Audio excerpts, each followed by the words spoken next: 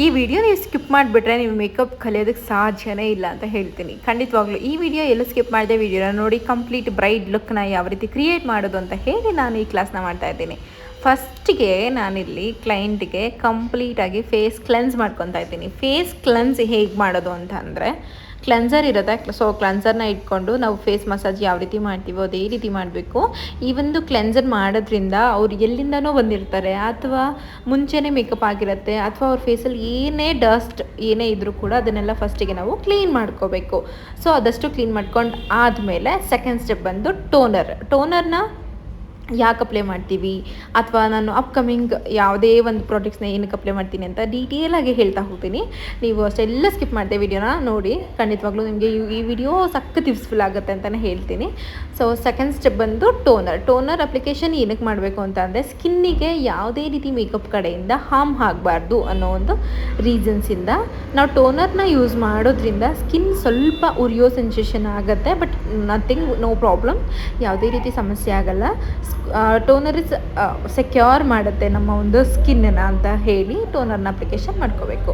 So ಅದಷ್ಟು ಆದಮೇಲೆ ಮೊದಲಿಗೆ ನಾನಿಲ್ಲಿ ಕಂಪ್ಲೀಟ್ ಹೈ ಲುಕ್ನ ಕಂಪ್ಲೀಟ್ ಮಾಡ್ಕೊತೀನಿ. ಅದಾದಮೇಲೆ ನಾನು ಸ್ಕಿನ್ ಪ್ರಿಪ್ರೇಷನಿಗೆ ಹೋಗ್ತೀನಿ. ಫಸ್ಟಿಗೆ ಟೋನರ್ ಹಾಕ್ಕೊಂಡಿದ್ದೆ ಆಯಿತು. ಅದಾದಮೇಲೆ ಹೈಗೆ ಡೈರೆಕ್ಟಾಗಿ ಕನ್ಸೀಲರ್ನ ಯೂಸ್ ಮಾಡ್ಕೋತಾ ಇದ್ದೀನಿ. ಯಾವ ಸ್ಕಿನ್ ಟೋನ್ ಮ್ಯಾಚ್ ಮಾಡಿಕೊಂಡು ನಾನಿಲ್ಲಿ ಒಂದು ಬ್ರೈಟ್ ಸ್ಕಿನ್ ಟೋನ್ ಕನ್ಸೀಲರ್ನ ಯೂಸ್ ಮಾಡ್ತಾ ಇದ್ದೀನಿ. ಫಸ್ಟಿಗೆ ಕನ್ಸೀಲರ್ ಮಾಡಿ ಅದಾದಮೇಲೆ ಬ್ರಷ್ ಸಹಾಯದಿಂದ ನೀಟಾಗಿ ಅದನ್ನು ಬ್ಲೆಂಡ್ ಮಾಡಬೇಕು. ನೀಟಾಗಿ ಅದನ್ನು ಬ್ಲೆಂಡ್ ಮಾಡ್ಕೊಂಡಾದಮೇಲೆ ಅದ್ರ ಮೇಲೆ ಲೈಕ್ ಪೌಡರ್ ಏನಿರುತ್ತಲ್ಲ, ಲೂಸ್ ಪೌಡರು, ಅದನ್ನು ನಾನಿಲ್ಲಿ ಯೂಸ್ ಮಾಡ್ತಾಯಿದ್ದೀನಿ. ನಾನಿಲ್ಲಿ ಯೂಸ್ ಮಾಡ್ತಾ ಇರೋ ಒಂದು ಲೂಸ್ ಪೌಡರ್ ಕ್ರಯಾಲಾನ್ ಸೂಪರ್ ಕಲರ್, ಈ ಒಂದು ಬ್ರ್ಯಾಂಡ್ ಕಡೆಯಿಂದ ನಾನು ಪೌಡರ್ನ ಯೂಸ್ ಮಾಡ್ತಾಯಿದ್ದೀನಿ. ತುಂಬ ಚೆನ್ನಾಗಿದೆ, ಸೆಟಲ್ಡಾಗಿ ಕೂತ್ಕೊಳ್ಳುತ್ತೆ makeup.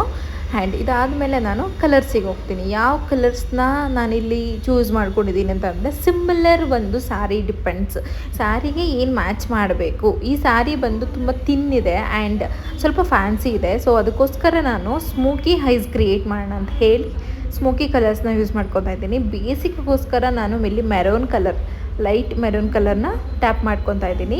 Outer corner to inner corner to outer corner. ನಾನು ಇದನ್ನು ಮುಂಚೆನೇ ನಿಮಗೆ ಎಕ್ಸ್ಪ್ಲೈನ್ ಮಾಡಿದ್ದೀನಿ ಪ್ರೀವಿಯಸ್ ವೀಡಿಯೋಸಲ್ಲಿ. ನೀವು ಅಬ್ಸರ್ವ್ ಮಾಡಿ, ಪರ್ಟಿಕ್ಯುಲರಾಗಿ ಹೈ ಮೇಕಪ್ನ ಯಾವ ರೀತಿಯಲ್ಲಿ ಮಾಡೋದು ಅಂತ ಕೂಡ ನಿಮಗೆ ತೋರಿಸ್ಕೊಟ್ಟಿದ್ದೀನಿ. ಸೊ ಈ ಒಂದು ಕಲರ್ನ ನೀಟಾಗಿ ಅಪ್ಲಿಕೇಶನ್ ಮಾಡ್ಕೊಂಡು ಅದಾದಮೇಲೆ ನಾನು ಬ್ರೌನ್ ಶೇಡ್, ತುಂಬ ಡಾರ್ಕು ಅಲ್ಲ ತುಂಬ ಲೈಟು ಅಲ್ಲ, ಆ ರೀತಿ ಒಂದು ಬ್ರೌನ್ ಶೇಡ್ನ ತೆಗೆದು ಎಗೈನ್ ನಾನು ಅದ್ರ ಮೇಲೆ ಟ್ಯಾಪ್ ಮಾಡಿ ಬ್ಲೆಂಡ್ ಮಾಡ್ತಾ ಹೋಗ್ತೀನಿ. ಅಷ್ಟು ಆದಮೇಲೆ ನಾನು ಪ್ಯಾಲೆಟಲ್ಲಿರುವ ಬ್ಲ್ಯಾಕ್ ಕಲರ್ನ ಯೂಸ್ ಮಾಡಿ ಕಾಜಲಾಗಿ ಕನ್ವರ್ಟ್ ಮಾಡ್ಕೋತಾ ಇದ್ದೀನಿ, ಲೈನರ್ ಆಗಿ ಕನ್ವರ್ಟ್ ಮಾಡ್ಕೋತಾ ಇದ್ದೀನಿ. ಅದು ಕಂಪ್ಲೀಟ್ ವಾಟರ್ ಪ್ರೂಫೇ ಆಗಿರುತ್ತೆ. ಇಲ್ಲಿ ನೀವು ನ್ಯಾಚುರಲ್ ಲೈನರ್ ಕೂಡ ಯೂಸ್ ಮಾಡ್ಬೋದು. ಈ ರೀತಿ ಕಲರ್ ಪ್ಯಾಲೆಟಲ್ಲಿ ಇರೋದನ್ನೇ ಕೂಡ ಯೂಸ್ ಮಾಡ್ಬೋದು. ನಾನಿಲ್ಲಿ ಸ್ಮೋಕಿ ಹೈಸ್ ಮಾಡ್ತಿರೋದ್ರಿಂದ ನಾನಿಲ್ಲಿ ಅದೇ ಕಲರ್ನ ಯೂಸ್ ಮಾಡ್ಕೋತಾ ಇದ್ದೀನಿ. ಮುಂಚೆನೇ ನಾನು ಏನು ಮಾಡ್ತೀನಿ, ಡ್ರಾ ಮಾಡ್ಕೊಂಡ್ಬಿಡ್ತೀನಿ.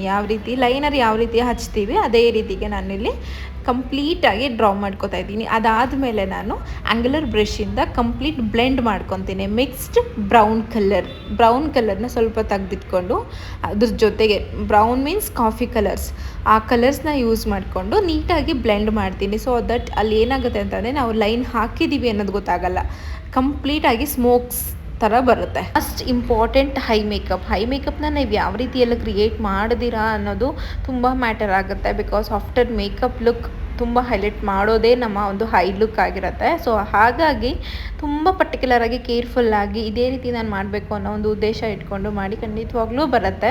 ಸೊ ಇದೆಲ್ಲ ಆದಮೇಲೆ ನಾನು ಅಗೈನ್ ಆ ಕಡೆ ಒಂದು ಹೈಸ್ ಏನಿದೆ ಸೇಮ್ ಈ ಕಡೆ ಏನು ಮಾಡಿರ್ತೀವಲ್ಲ ಅದನ್ನೇ ನಾವು ಆ ಕಡೆ ಕೂಡ ರೀಕ್ರಿಯೇಟ್ ಮಾಡ್ತಾ ಇದ್ದೀವಿ. ನೀವು ಅಬ್ಸರ್ವ್ ಮಾಡಿ ನೋಡ್ಕೊಳ್ಳಿ, ನಾನು ಯಾವ ರೀತಿಯಲ್ಲಿ ಬ್ಲೆಂಡ್ ಮಾಡ್ತಾ ಇದ್ದೀನಿ, ಅಥವಾ ನಾನು ಎಲ್ಲೆಲ್ಲಿ ಟ್ಯಾಪ್ನ ಕೊಡ್ತಾ ಇದ್ದೀನಿ, ಅಥವಾ ನಾನು ಪ್ರಾಡಕ್ಟನ್ನ ಎಲ್ಲಿ ಹಾಕ್ತಾ ಇದ್ದೀನಿ ಅಂತ ಹೇಳಿ ನೀಟಾಗಿ ಅಬ್ಸರ್ವ್ ಮಾಡಿ.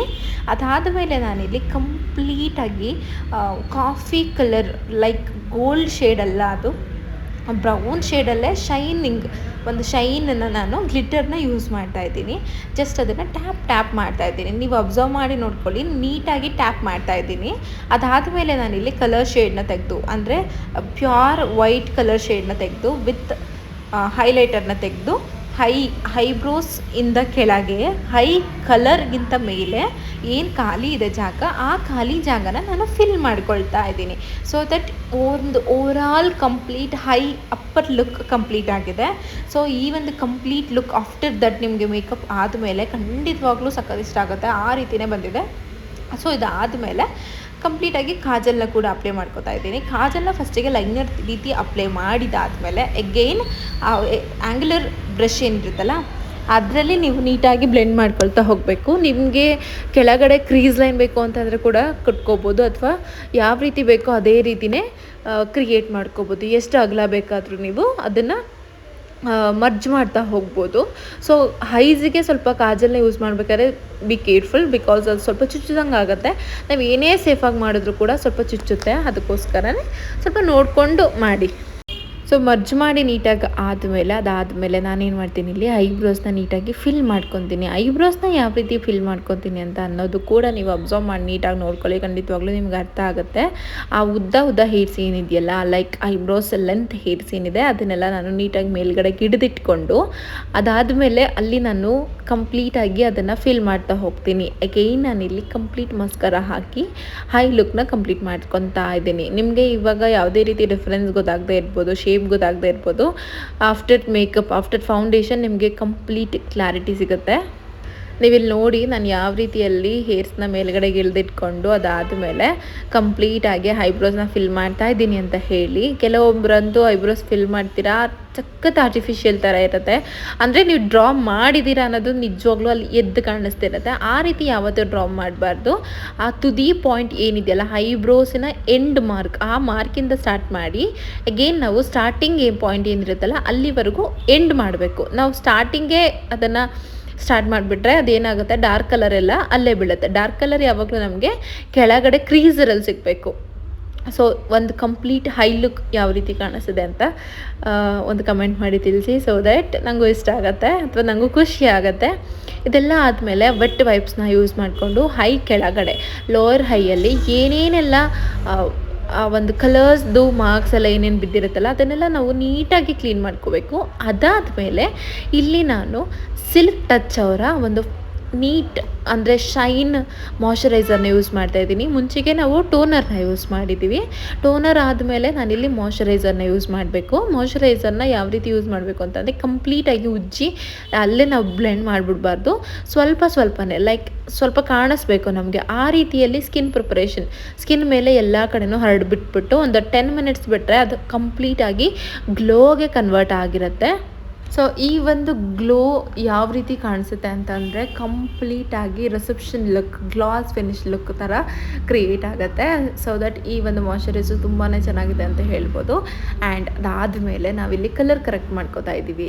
ಲೈಕ್ ಸ್ಕಿನ್ ಪ್ರಿಪರೇಷನ್, ಸ್ಕಿನ್ನಿಗೆ ಏನೇನೆಲ್ಲ ಪ್ರಾಬ್ಲಮ್ಸ್ ಇದೆ, ಒಂದು ಮೇಕಪ್ ಮಾಡೋದಕ್ಕಿಂತ ಮುಂಚೆ ನಾವೇನೇನು ಮಾಡಬೇಕು ಅದನ್ನೆಲ್ಲ ಕಂಪ್ಲೀಟ್ ಮಾಡ್ಕೋತಾ ಇದ್ದೀನಿ. ಇಲ್ಲಿ ನಾನು ಇವರಿಗೆ ಆರೆಂಜ್ ಕಲರ್ ಕರೆಕ್ಟರ್ನ ಯೂಸ್ ಮಾಡ್ತಾ ಇದ್ದೀನಿ. ಸ್ವಲ್ಪ ಅಲ್ಲಲ್ಲಿ ಪ್ರಾಬ್ಲಮ್ಸ್ ಇದೆ, ಈ ಪ್ರಾಬ್ಲಮ್ಸ್ನೆಲ್ಲ ನಾನು ಕವರ್ ಮಾಡ್ತಾ ಇದ್ದೀನಿ. ಕವರ್ ಮಾಡಿ ಅದನ್ನು ನೀಟಾಗಿ ಬ್ಲೆಂಡ್ ಮಾಡಿಟ್ಕೊಂಡು ಅದಾದಮೇಲೆ ನಾನು ನೆಕ್ಸ್ಟ್ ಸ್ಟೆಪ್ ಬಂದು ಫೌಂಡೇಶನಿಗೆ ಹೋಗ್ತೀನಿ.